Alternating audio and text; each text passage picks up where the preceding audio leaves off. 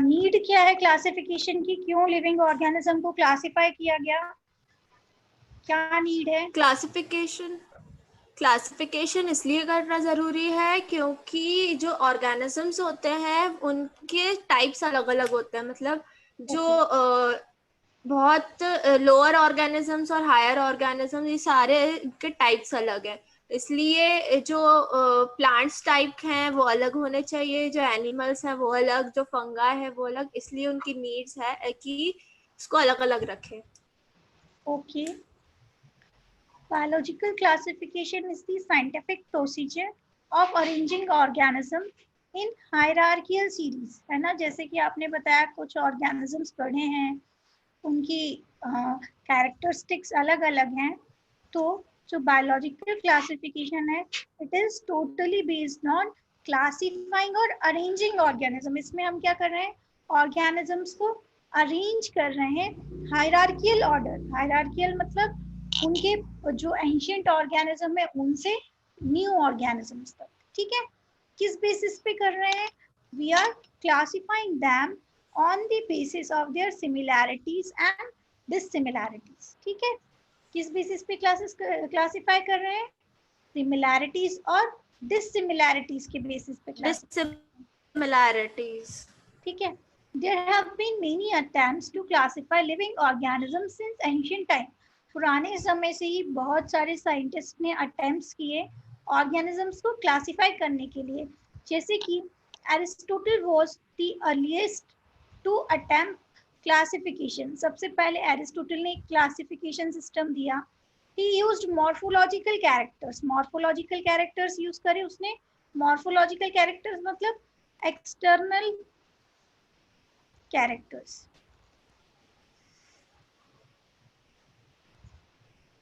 External characters जो कि हम देख सकते, विच कैन बी सीन।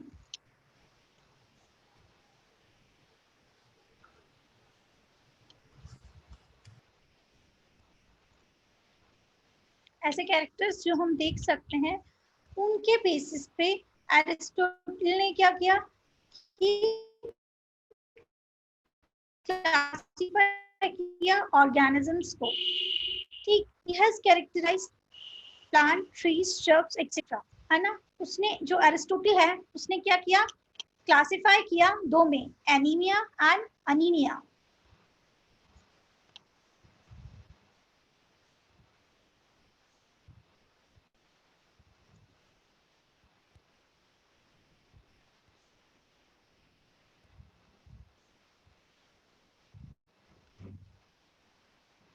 जो एरिस्टोटल है उसके क्लासिफिकेशन में उसने क्या किया?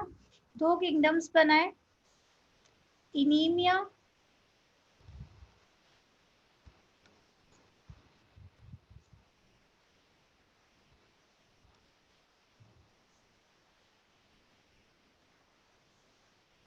एंड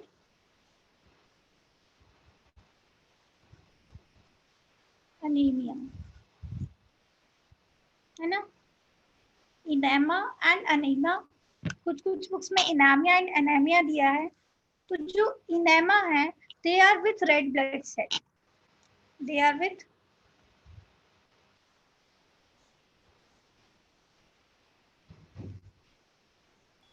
मैम ये चैप्टर पैकेज में है? हेलो मैम ये चैप्टर पैकेज में है क्या? नहीं बेटा, ये थोड़ा सा आपको थोड़ा सा डिफरेंट है ये, है ना? ये क्लासिफिकेशन थोड़ा सा डिफरेंट है। ये आपने 9th क्लास में पढ़ा होगा, 9th या 10th में। तो मैं हाँ वही हाँ। कॉल करवा रही हूँ, है ना? अच्छा, तो इसको लिखूं नहीं ना? मतलब इसके ये जो आप लिखवा रहे हो लिखना है क्या? ये आपको ऑनलाइन मिल जाएगा, है ना? ओके। ठीक है, हाँ। तो ये आरबीसी जिनमें थे वो इनामिया थे, एंड जो अनीमिया थे, है ना, उनमें दे आर विदाउट आरबीसी।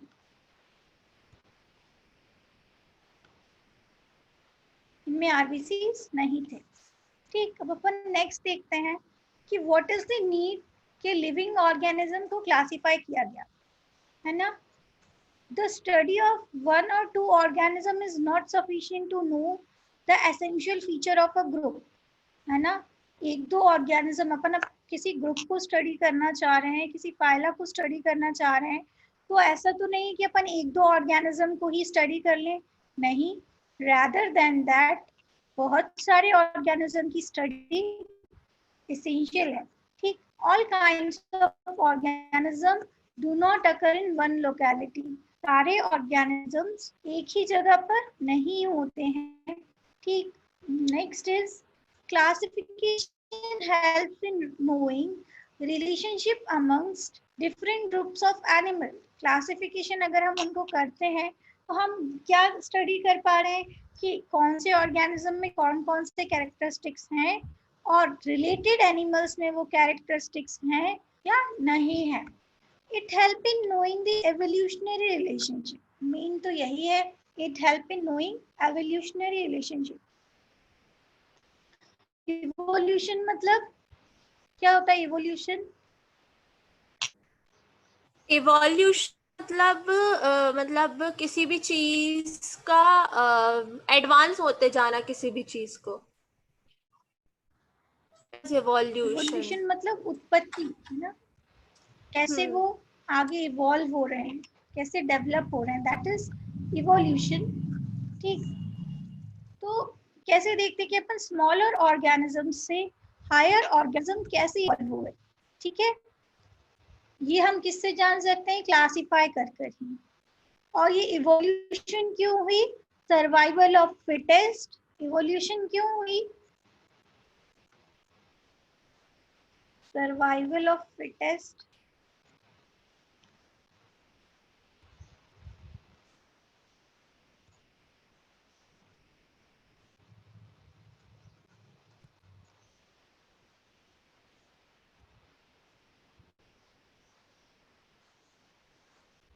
जो फिटेस्ट ऑर्गेनिजम्स हैं वो सरवाइव कर पाए।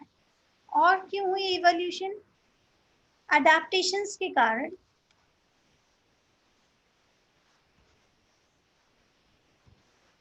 ऑर्गेनिजम्स ने अपने आप को अडाप्ट किया, है ना, कौन सी वेरी हार्श इन्वायरमेंटल कंडीशंस में उन्होंने अपने आप को अडाप्ट किया और उन्होंने सरवाइव किया और वो आगे इवॉल्व हो गए, ठीक। देन टाइप्स ऑफ क्लासिफिकेशन अपन देखेंगे। Depending upon the types of system of classification, organisms are classified into the two kingdom, है ना। टू किंगडम क्लासिफिकेशन जो कि किसने दी? लिनस ने दी। He is also known as father of taxonomy. He has divided his kingdoms into two. उसने दो kingdoms बनाए, सिर्फ प्लांटी और एनिमेलिया।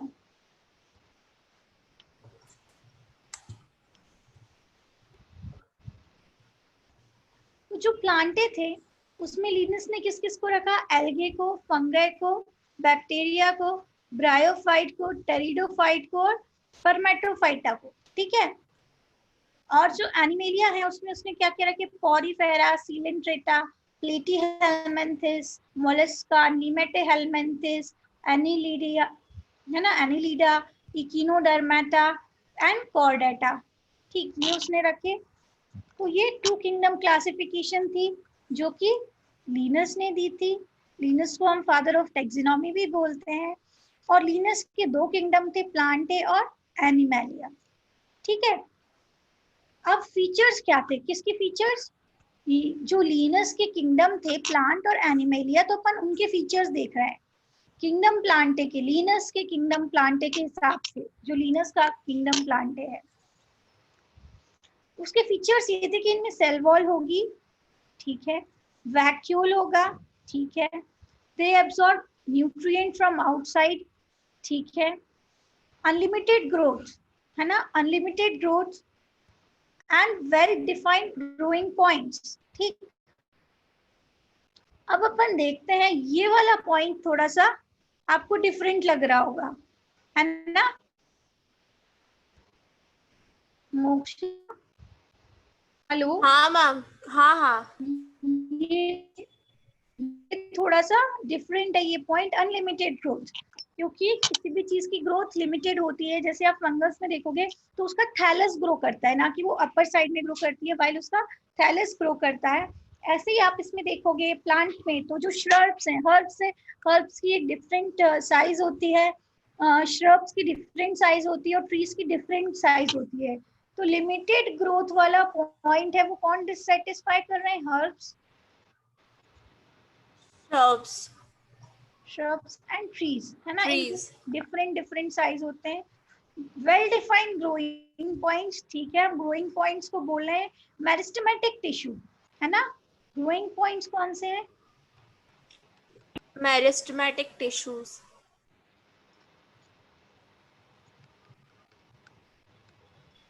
इसमें प्लांट्स में, वाइल अदर ऑर्गेनिजम्स जो हैं उनमें ऐसे कोई वेल डिफाइंड पॉइंट्स नहीं है। ठीक है, ये समझ में आया आपको? हाँ।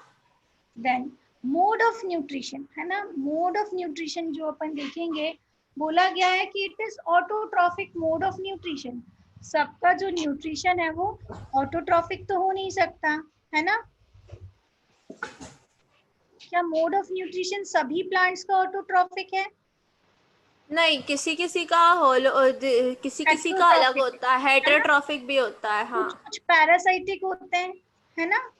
हाँ, ठीक है, तो ऑटोट्रॉफिक मोड ऑफ न्यूट्रिशन ये टर्म भी सेटिस्फाई नहीं कर रहा है। ठीक, तो अपन इसका देख लेते हैं कि कुछ प्लांट्स कैसे हैं, हेटेरोट्रॉफिक है। कुछ प्लांट्स जो है उनका जो न्यूट्रिशन है ना, वो कैसा है? पैरासाइटिक है। जैसे कि अपन देखते हैं कुछ बेल्स, कस्क्यूटा हो गया, अमर बेल अपन जैसे बोलते हैं, तो वो क्या कर रहा है, वो दूसरे प्लांट के ऊपर अपने आप को कॉइल कर लेता है, दूसरे प्लांट के ऊपर चढ़ जाता है और अपना न्यूट्रिशन लेता है। ऐसे ही हम क्लाइंबर्स और क्रीपर्स में देखेंगे। मनी प्लांट एक एग्जाम्पल है, उसमें क्या है, वो वॉल्स में अपने आप को एम्बेड कर लेता है, वॉल्स से वो मॉइस्चर गेन करता है, न्यूट्रिशन गेन करता है। ठीक है, देन है रिजर्व फूड इज स्टार्च। ठीक, जो रिजर्व फूड है वो क्या है? स्टार्च है। स्टार्च। ये टर्म सेटिस्फाई करता है कि प्लांट में रिजर्व फूड कौन सा है? प्लांट का रिजर्व फूड ग्लूकोज, ग्लूकोज है। और जो ग्लूकोज है वो भी एक शुगर है, और स्टार्च क्या है? वो भी एक कार्बोहाइड्रेट शुगर है ना, कार्बोहाइड्रेट है दोनों ही।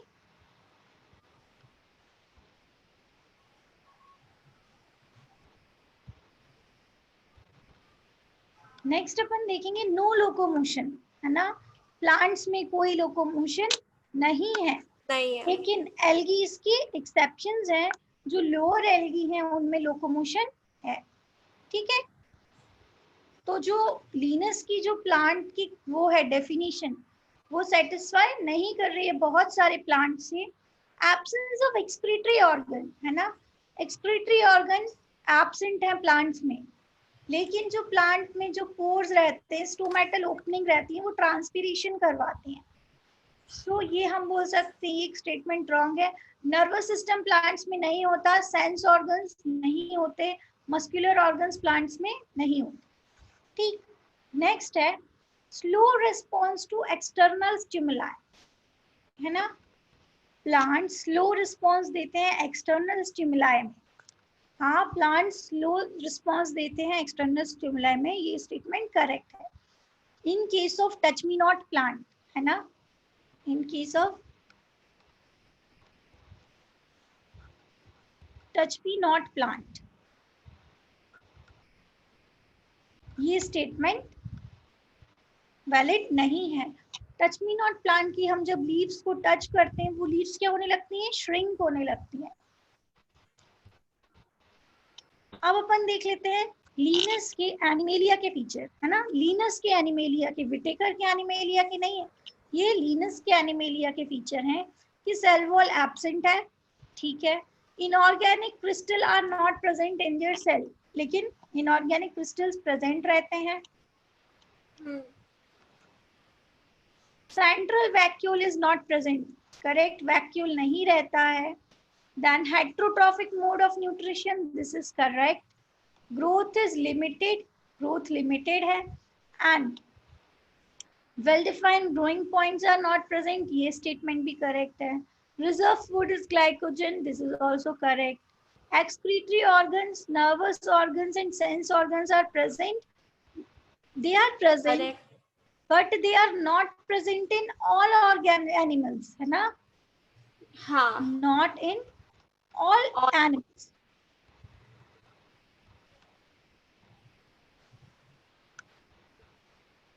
सभी एनिमल्स में अलग अलग तरीके के सेंस ऑर्गन प्रेजेंट हैं. जैसे कि हम देखेंगे लोअर एनिमल्स, है ना, जैसे कि इकिनोडर्मेटा इसमें है, ठीक, इकिनोडर्मेटा है ना. देन आप देख लेंगे एनिलीड हुए, आर्थ्रोपॉड हुए. तो जो नॉन कॉर्डेट्स हैं, कौन से non chordates,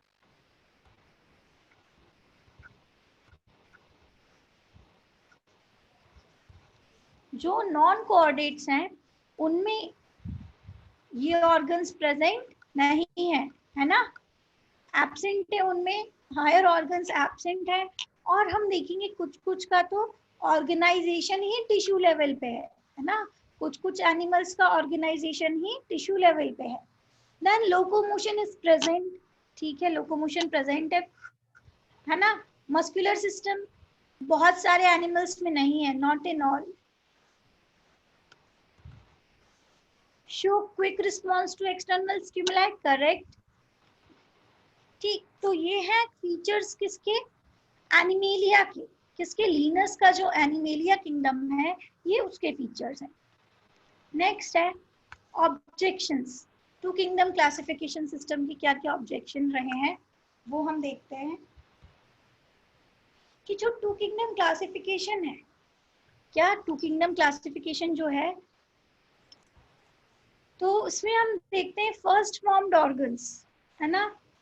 first formed organs मतलब ऐसे ऑर्गन्स जो आपको बाय बर्थ मिले. जैसे कि आप ह्यूमंस में देखते हैं हैंड्स, लेग्स, सारे ऑर्गन्स फर्स्ट फॉर्म्ड है, बाय बर्थ मिल रहे हैं. लेकिन आप प्लांट और कुछ कुछ एनिमल्स में देखोगे ये जो ऑर्गन्स है ये बाय बर्थ नहीं है. आप प्लांट में देखोगे पहले एक छोटी सी सीडलिंग अराइज होगी, है ना, सीडलिंग से थोड़ा सा बड़ा एक प्लांट अराइज होगा, सैपलिंग्स होंगे, सैपलिंग के बाद वो थोड़ा बढ़ेगा, है ना.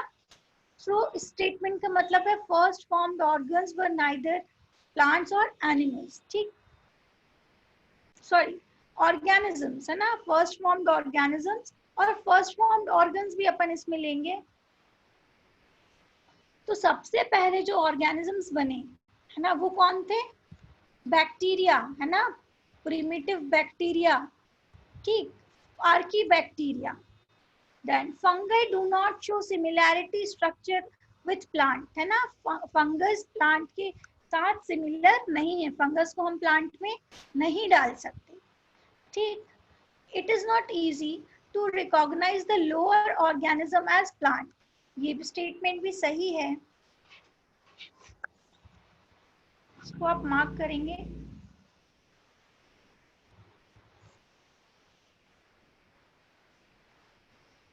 लोअर ऑर्गेनिज्म जितने भी हैं हम उन्हें प्लांट नहीं कह सकते. जैसे कि यूगिलीना, यूगिलीना हमने क्या में पढ़ा था,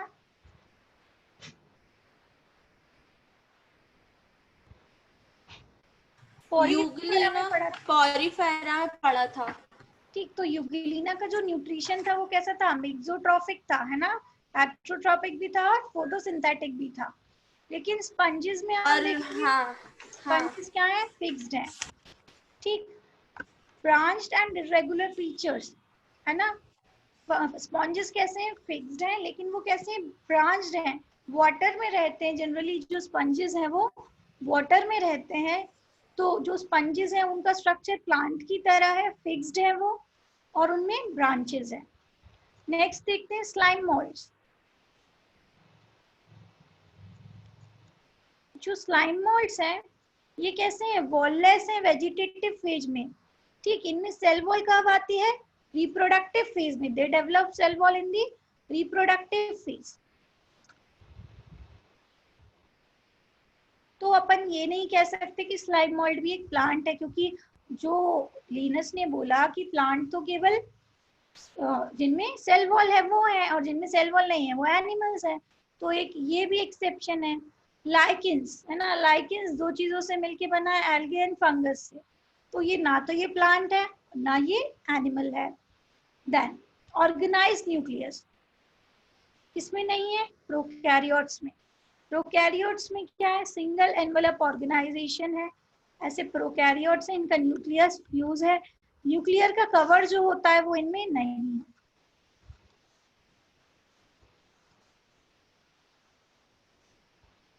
ठीक, eukaryote have well defined nucleus. हम देखेंगे जो यूकैरियोट्स हैं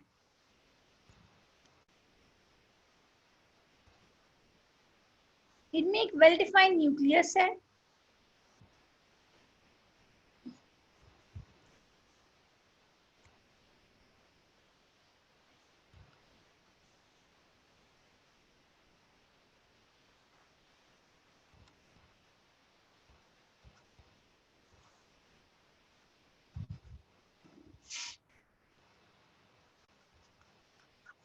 यूकैरियोट्स में न्यूक्लियस है वेल डिफाइंड।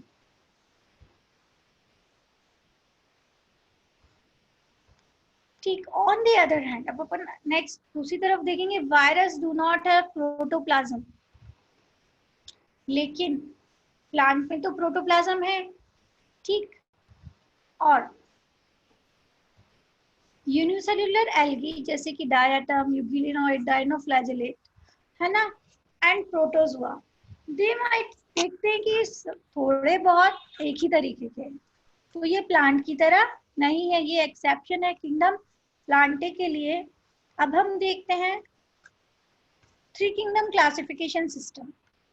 ठीक, तो जो थ्री किंगडम क्लासिफिकेशन सिस्टम है ये किसने दिया? अर्नस्ट हैकेल ने, है ना, अर्नस्ट हैकेल ने दिया।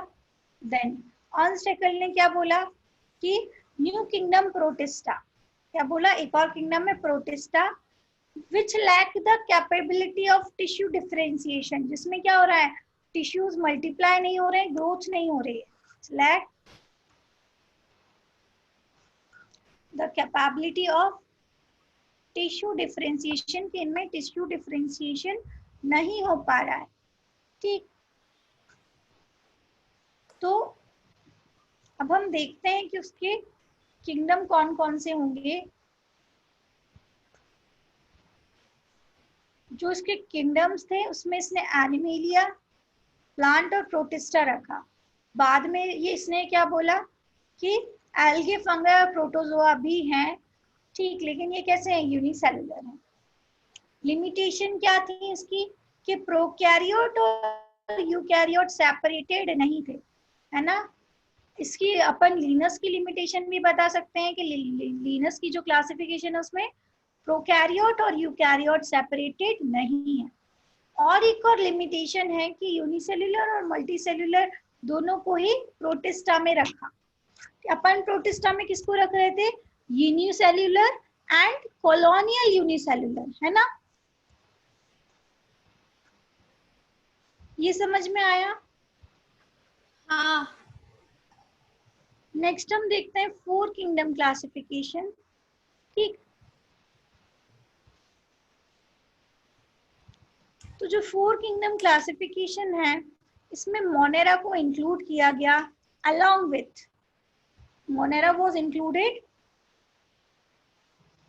along with protista, Plantae and animalia. ठीक है, मोनेरा को रखा गया किसके साथ? प्रोटिस्टा के साथ, प्लांटे के साथ और एनिमेलिया के साथ। लेकिन जब इलेक्ट्रॉन माइक्रोस्कोप से स्टडी की गई, किससे? Studies with electron microscope has revealed that all three differ in cellular structure, है ना। सभी के न्यूक्लियस का स्ट्रक्चर कंपैरेबल है, अलग अलग है।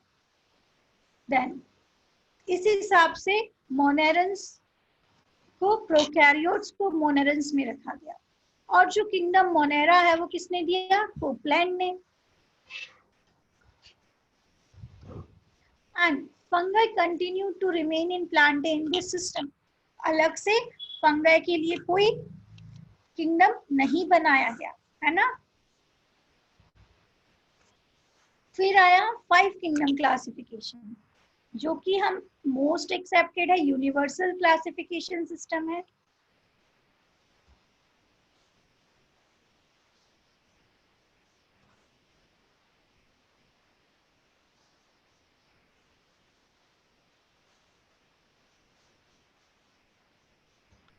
यूनिवर्सली एक्सेप्टेड है ये क्लासिफिकेशन सिस्टम। इसके हिसाब से आर.एच. विटेकर ने ये दिया है ना। देन इसने एक सेपरेट किंगडम क्रिएट किया, fungi.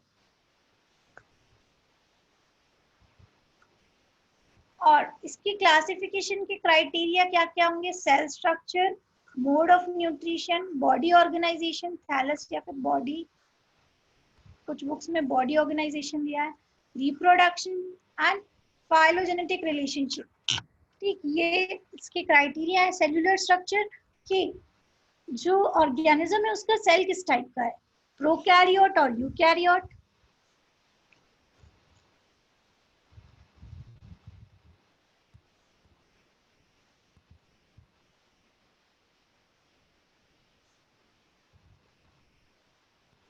Then mode of nutrition कैसा है, किस तरीके का मोड ऑफ न्यूट्रिशन है, ऑटोट्रॉफिक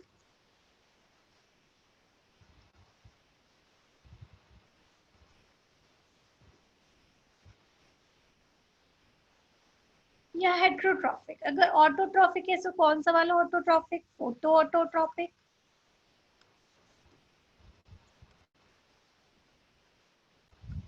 या फिर केमो ऑटोट्रॉफिक।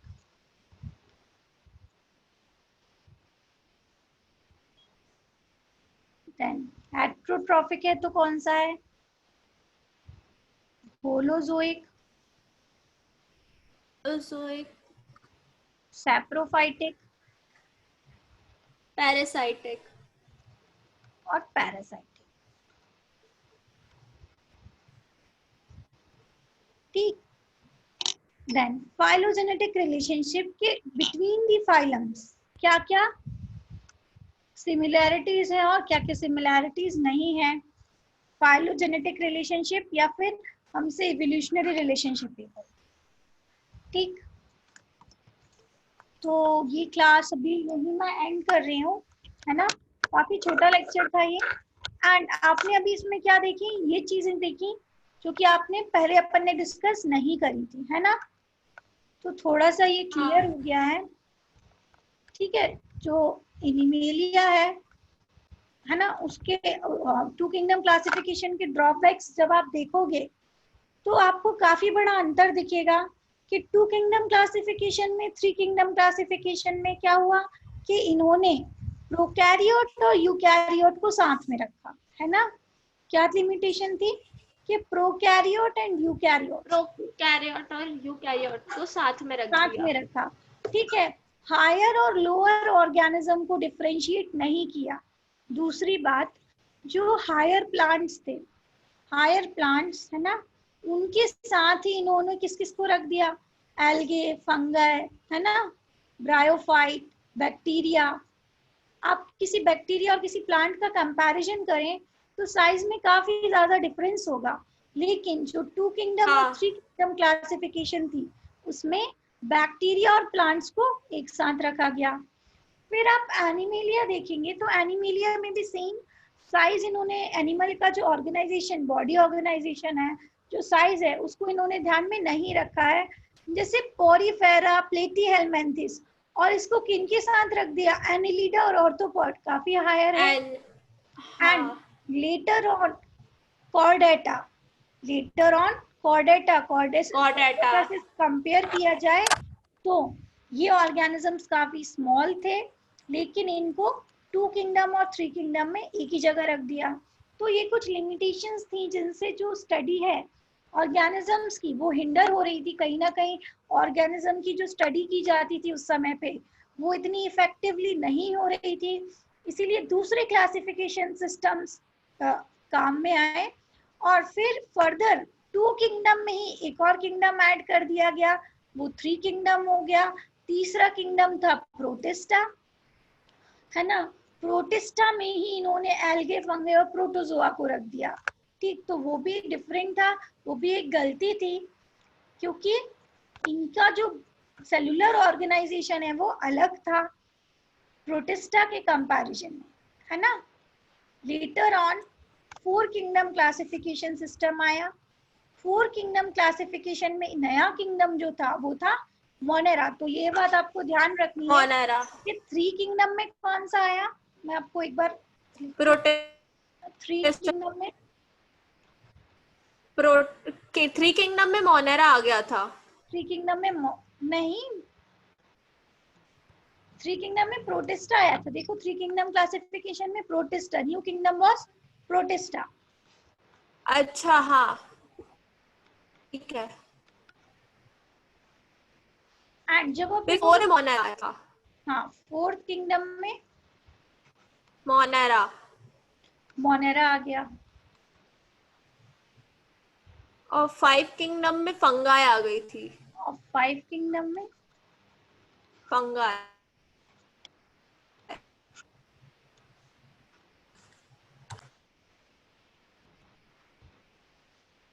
फंगाई का और प्लांट का स्ट्रक्चर ऑलमोस्ट सिमिलर है, लेकिन जो ग्रीन पिगमेंट है क्लोरोफिल वो डिफर कर रही है, ठीक है।